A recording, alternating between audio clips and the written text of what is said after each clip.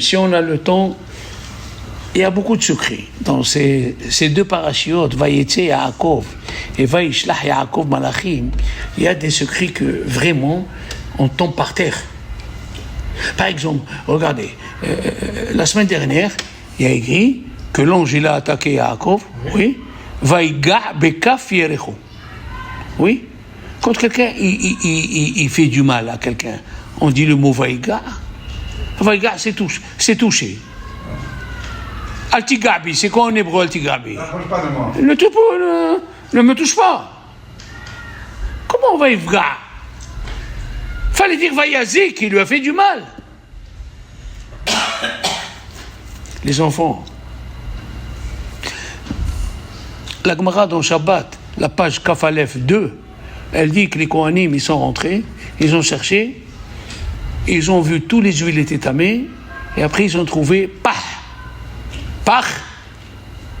Shemen, une petite fiole. D'accord? Jusqu'ici c'est bon. Vaïga, la Gematria c'est 89, c'est la même Gematria que Hanouka. What is this?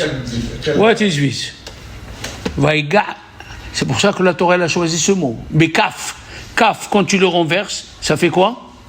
Pach, c'est ce qu'elle dit la Gemara, la fiole. Mais si vous savez combien de secrets il y a dans ces deux parachiotes, Maintenant, je vous pose une question. Mais alors, une petite question. Peut-être elle est idiote, mais peut-être... Quelle cuisse il a frappé, la gauche ou la droite?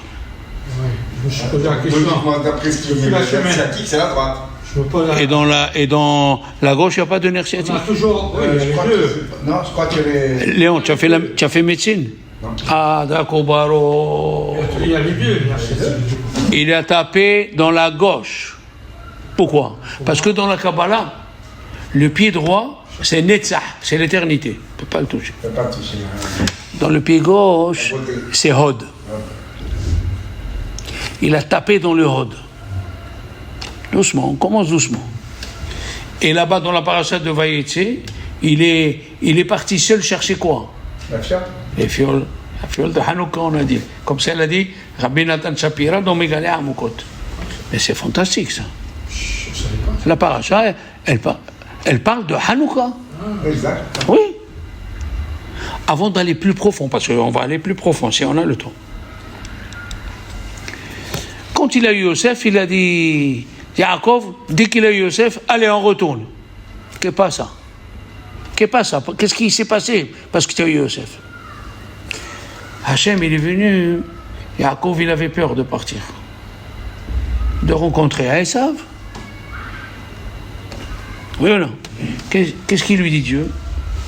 Dans le prophète, c'est écrit Ve'aya Bet Esav les cache ou Bet Yosef les avant. C'est quoi ces mots? Esav, ça va être de la paille. Cache. Et Yosef, ça va être une flamme. Bet Yaakov, Bet Esav. Ve'aya Bet Esav les cache et Bet Yosef les avant. La flamme.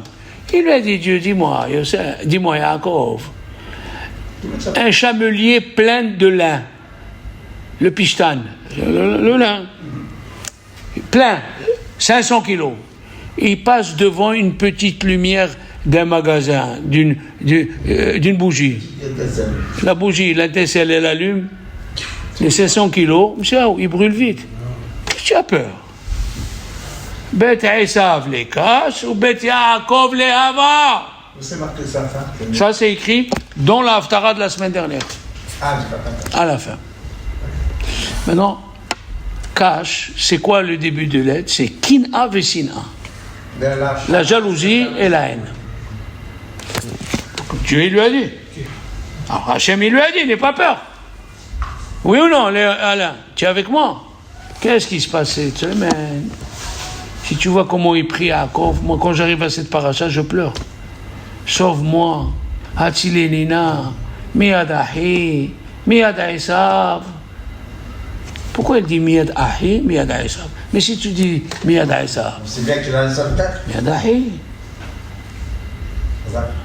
Tu as compris? Pen Yavo, Vikani, M Albanim. De peur qu'il va venir tuer les femmes et les enfants. Mais qu'est-ce qui est écrit dans la Torah? M Albanim. C'est combien M? 41. Non, M, c'est une femme ou plusieurs femmes? Ah, c'est M, c'est une. C'est une femme. Et combien de femmes il avait encore? 4 et il dit Deux une femme. Et qu'est-ce qu'il dit? M Albani. Il faut rentrer là-dedans. Hein. Après il a dit, il les a envoyés Arsa Seir, c'est des Edom.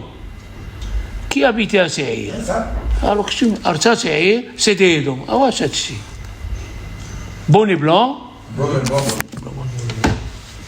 Alors, le Shlach Kadosh, waouh. Le Shlach Kadosh, il a dit, un juif, il est confronté à 2 batailles. Une bataille pour son corps. Les goïms, ils veulent nous prendre le corps. Alors, et une bataille pour son âme. Donc on est confronté à 2 choses. Au corps et à l'anishama. Yaakov Avinu, quand Dieu lui a dit Ushmarticha, je vais te garder. Qu'est-ce que tu as peur? Je vais te garder. Yosef, ton fils, il va être la flamme, il va brûler tout le lin de Esav. Tout le lin de Esav. Tout le lin de Esav. De quoi tu as peur? Pourquoi tu as peur?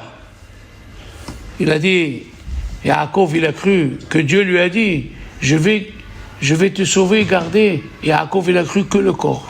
Et l'âme? Et l'âme? Parce qu'on ne peut pas toucher ça, non? Non. Est-ce que tu vas me sauver si quelqu'un il veut toucher mon âme? Toi-même, tu peux... L'âme, c'est toi qui dois lutter. Comment on le sait? À Purim, on a jeûné. Ah oui, ils ont jeûné 3 jours. Pourquoi Hanouka n'a pas jeûné? Est-ce que tu as vu que quelqu'un a jeûné à Hanouka? Il y a des jours pleins. Pourquoi Matatiaou et les Kohanim, ils n'ont pas jeûné? C'est-à-dire, à Purim, qui était en danger? Les corps. Ils voulaient nous tuer, mais ils ne voulaient pas nous assimiler. Alors, puisque notre âme, elle restera pure, on jeûne, que Dieu fait ce qu'il veut. Mais à Hanouka, qui était en danger? L'âme, il faut lutter. Il n'y a pas un cadeau ici. Il faut que tu y ailles et tu luttes. C'est qui a dit ça, là? Le Shlach Kadosh. Le Shlach Kadosh. Alors, il dit, Yaakov, écoutez bien. Yaakov, il a eu une ligne de conduite depuis qu'il est né. Quand il est né dans le ventre de quand il était dans le ventre de sa mère, il voulait sortir quand il y avait un Beth Midrash. Mais pourquoi il voulait sortir? La Gemara, elle a dit, dans Shabbat ou dans Nida, quand on est dans le ventre de sa mère, on a un malach. Alors? Alors pourquoi tu veux sortir? Mais pourquoi tu veux sortir?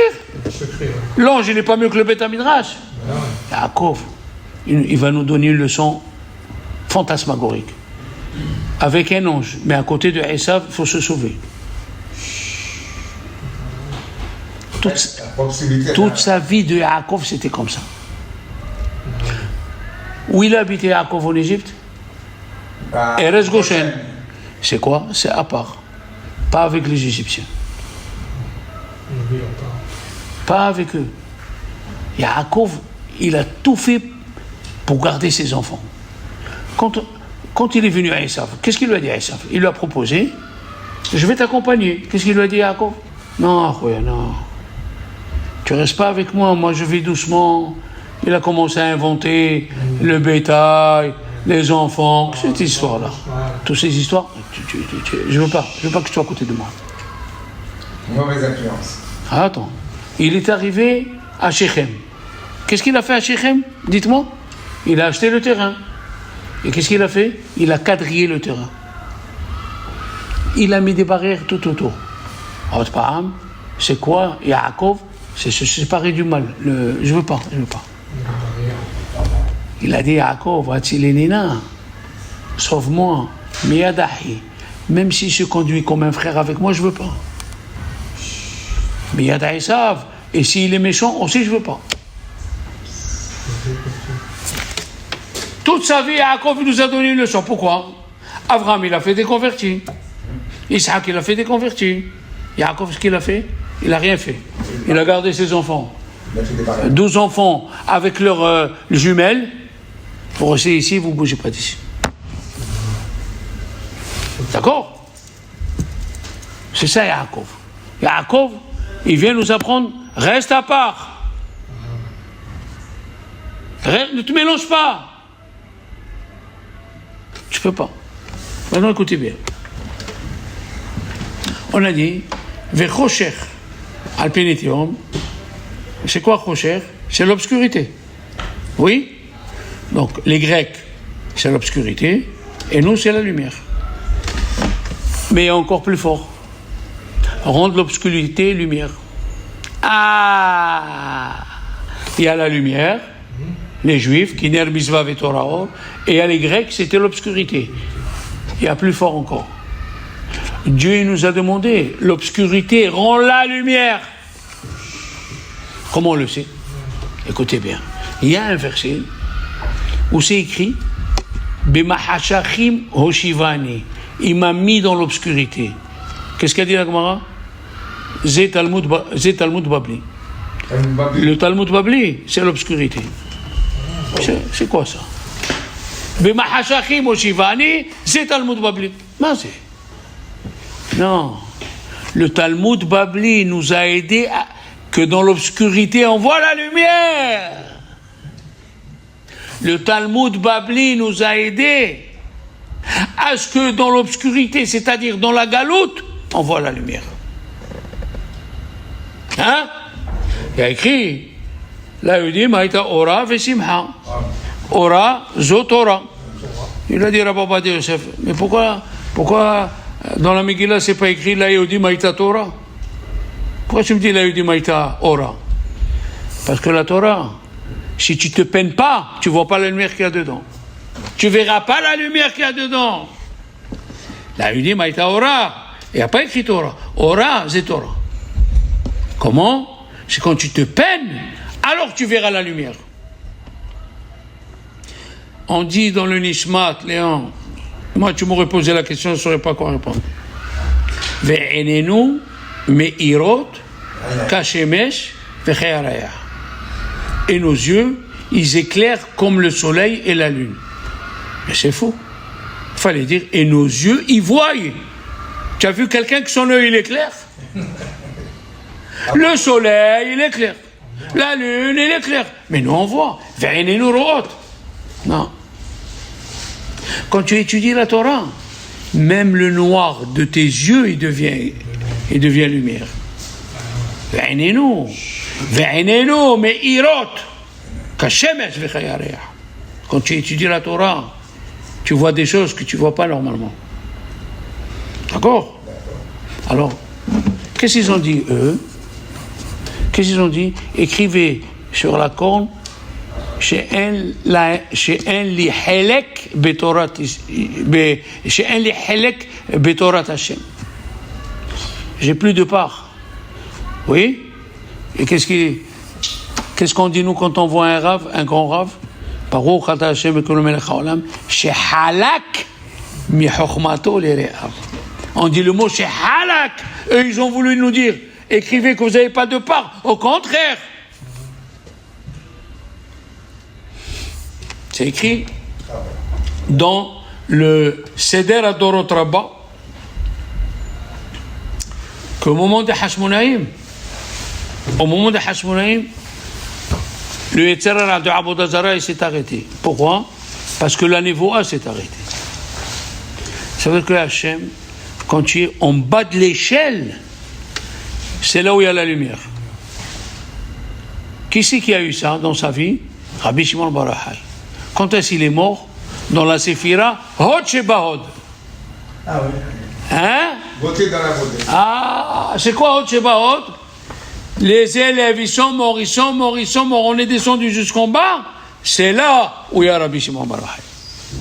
Comme ça, il dit le Baal HaTanya, Alav Shalom, Quand tu descends très bas, c'est là où tu vois la lumière. Je descends très bas. Quand tu descends très bas, c'est là où Dieu vient. Oui? Maintenant. Hod Shebahod. Et ils ont dit, les Chachamim, qu'à Hanouka, il dit à Rizal, on a été métaken le Hod. Le Hod, il est revenu. What is this, Hod? Hod, what is this? C'est quoi? Qu'est-ce que c'est? Il a dit, les Grecs, ils ont voulu nous enlever la Torah chez Béalpé. Ils ont voulu que tu aies la Torah écrite. On a fait déjà un cours, parce qu'eux, ils voulaient s'appeler aussi Banim. Ils voulaient s'appeler enfants de Dieu. Et c'est écrit dans le prophète, Ve'orarti banaich Tzion al banaich Yavan. Je vais réveiller les forces de Tzion sur les forces de Yavan. Tzion, comment ça s'écrit? Tzadik, Yud, Vav, Nun. Enlève le Tzadik, qu'est-ce qui reste? Yavan. Qui c'est le Tzadik? C'est Yosef. Parce que Yosef, Gemataria, Melech Yavan. Yosef, on l'appelle Tzadik. C'est un des seuls qu'on appelle Tzadik. Tu vois la correspondance? Attends. Quand on est arrivé, c'est à partir de Hanouka, où la Torah orale s'est développée. Oui ou non? C'est de là-bas où ils ont ajouté des brachot, les brachot. C'est quoi les brachot? C'est les hodot l'Hachem. Remercie Dieu. Maintenant, quand quelqu'un est rentré au Beth Amikdash, les Yevanim, ils ont fait 13 brèches dans L'enceinte du Beth Amikdash. la barrière qui était comme de la dentelle. Et les Juifs qui rentraient, ils devaient se prosterner 13 fois. Et quelqu'un qui a fait un péché, il amène un korban, c'est quoi? Pourquoi il faut se prosterner? Tu te prosternes, c'est que tu avoues que tu as mal fait. Tu amènes un korban. Tu peux amener un korban et rester debout. Tu amènes un korban et tu dois t'étaler par terre pour dire j'ai mal fait. La Ishta Havaya, c'est pour venir dire la Ishta Havaya, c'est pour venir dire que j'ai mal fait et je ne referai plus. D'accord? Qu'est-ce qui est écrit dans la Gemara? Ils ont fixé ces jours-là les hodot ou la hallel. Mais les hodot, c'est dans le mot hod. Il est dans modim. Qu'est-ce qu'on fait dans modim? On se prosterne. Est-ce que tu vois la relation? On se prosterne. Qu'est-ce qu'ils ont dit qu'est-ce qu'ils ont fait les Chachamim, Rabbi Yohanan? Quand le temple s'est détruit, qu'est-ce qu'il a dit? Donne-moi des médecins pour soigner Rabbi Tzadok à Cohen. Rabbi Tzadok qui jeûnait tous les jours. Il avait besoin de nous dire ça. Ils vont laisser Rabbi Tzadok mort, les Juifs. C'est venu nous apprendre. Aucune génération peut avancer s'il n'y a pas les rabbins de la génération derrière avec eux. C'est écrit dans la paracha de Nedarim, Daber Raché Shevatim, parle au chef de tribu. Pourquoi? Il dit le Midrash, comme un oiseau, il ne peut pas voler sans les ailes, même Israël, il ne peut pas avancer sans les anciens. Qu'est-ce qu'on dit dans la Hamida? Ve'al peletat bet sofrem. C'est-à-dire ve'al ziknehem, les anciens, et le reste des rabbins de la génération d'avant. Parce que si Dieu tuait tous les rabbins d'avant, toi tu vas te croire que tu es très fort. Mais en vérité, tu n'es rien. Quand tu vois oui. Il y a écrit dans la Gemara, l'homme astim, je ne les ai pas déteignés au temps des Yevanim. Je leur ai donné Shimon HaTzadik. Mais Shimon HaTzadik, il était bien avant. Il était au temps d'Alexandre le Grand. Avant les Maccabées. C'est quoi ça? Ils sont venus nous donner une leçon. Tu ne peux pas avancer s'il n'y a pas un vieux de la génération d'avant avec toi. Impossible. Oui. Pour avancer, il faut que tu vois l'exemple d'avant. Et tu vois comment des vieux de 80, ils se lèvent à la Tfila Betsibour à 5h15 du matin. Et toi, même à 7h30, tu ne te lèves pas.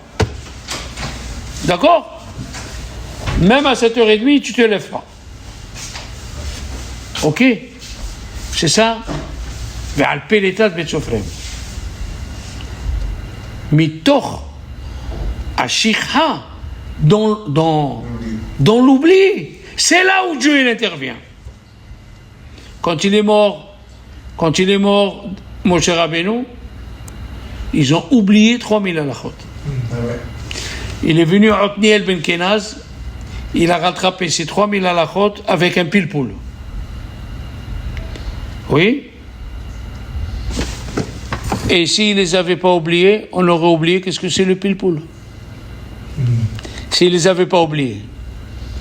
Dans l'obscurité, c'est là où la lumière elle jaillit. Qu'est-ce qu'il a dit le roi David? Ki eshev ba'hosher, Hashem orli. Ki eshev ba'hosher. Quand tu crois que tu es dans l'obscurité, c'est là où Dieu il te voit. Maintenant, il y a une petite question qui... Qu'est-ce qu'on dit dans Anerot Alalo? Ve'en lanu reshut leishtamesh bahem. C'est une contradiction. On n'a pas le droit de profiter, mais de les voir. C'est quoi la mitzvah de Hanouka? C'est d'allumer. Il fallait dire, en lanu reshut leishtamesh bahem, el ale adlik. Tu dis bien dans la bracha, le adlik ner Hanouka. Pourquoi tu ajoutes, en lanu reshut leishtamesh bahem, el ale rotam? Ça veut dire, il y a quelque chose qu'il faut voir dans la Hanouka. Hachamim, ils nous font une allusion. Si tu ne vois pas la lumière de Hanouka après l'avoir allumée, et tu chantes et tu danses, tu n'as rien vu. Pourquoi? Je vais vous dire quelque chose. Et ça, vous allez comprendre une fois pour votre vie. Si quelqu'un me donne 20 000 euros à garder, c'est un bon copain à toi, tu les gardes. Ça te vient une joie. Quelle joie? Tu attends de te débarrasser. Bien sûr. Mais si tu trouves 20 000 euros, si tu trouves 20 000 euros, là la tête, je vais changer la voiture, je vais changer ça, je vais... Oui ou non? C'est pour ça que Dieu il s'énerve. Hachem il s'énerve, mais vous ne pouvez pas vous imaginer. Il s'énerve quand tu n'as pas la joie. Pourquoi? Quand tu fais une mitzvah sans joie, elle n'est pas à toi. Quand tu fais une mitzvah avec la joie, elle devient à toi. Elle rentre en toi. Il y avait un Rav, il s'appelle Harav Ideret. Il était à Jérusalem. Dans son livre, je crois qu'il s'appelle Orot David, quelque chose comme ça. Quand il voyait la Hanouka qu'il allumait, il restait une demi-heure. Tellement il était extasié de voir ça, il pleurait. Il y a un Rav, il s'appelle Harav al-Nazir. Il est mort il y a 50 ans. C'était le Nazir de Jérusalem. Il avait les cheveux comme ça. Il était Nazir. Il a fait Neder, je suis Nazir. Toute sa vie. Il a dit, quand je suis parti en Suisse, à Bâle, Basel en yiddish, j'ai vu Rabbi Yaakov Shapira en train de faire Baruch She'amar et les Alléluia. Ma tefila, elle a changé. Baruch She'amar ve'haya olam. Il donnait un sens à chaque mot qu'il disait. Donc, si tu lis comme ça et tu n'as pas la simha, c'est pas à toi. Est-ce que tu me suis? Si tu allumes la Hanouka et tu n'as pas la joie dedans, c'est pas la peine. Elle n'est pas à toi la mise. Il y a un papa, il avait un jeune homme, dans la yeshiva, il est mort jeune, le jeune homme. Il a amené un paquet de lettres. Au Rosh Yeshiva, il lui dit, les lettres de mon fils. Et le Rosh Yeshiva, il prend, il dit, cher papa, je n'ai que toi. J'aime que tu sois mon papa. Alors le Rosh Yeshiva, il lui a dit, mais tu as un fils magnifique. Il lui a dit, le Rosh Yeshiva, mais il ne m'écrivait pas à moi. Il écrivait à Dieu. Tous ces lettres, il écrivait à Dieu. Il y a une lettre où il a écrit, écoute bien ce qu'il a écrit. Mon cher papa, il est minuit, je suis fatigué, je vais aller dormir, mais demain matin on se voit à la tefila. Oh, papa. Mais bien sûr. Alors à nous aussi, de se réveiller. Comment faire cette mitzvah de Menorah? Comment faire cette mitzvah de Hanouka? Les Hallel, les Hodot. Tu as compris, le Hod, c'est ce que c'est. C'est multiplier les bénédictions, de remercier Dieu. Vous vous rendez compte? Les Hachamim ont institué le Hallel Gamour. Entier. Maintenant, si on rentre dans les kabbalistes, ils ont dit les kabbalistes, Kippour se finit à Hanouka. À Hanouka, on peut rattraper encore. Pourquoi? Parce que d'où on apprend quel korbanot il faut lire à Hanouka? De Shemini Atzeret. Shemini Atzeret, un jour avant, c'est au Sha'ana Rabbah. C'est le dernier jour de Kippour. Jusqu'à demain, à Hanouka, il faut la faire dans la joie, prendre les mains des enfants. Alors la mitzvah, elle est à toi. Voilà, mes chers amis.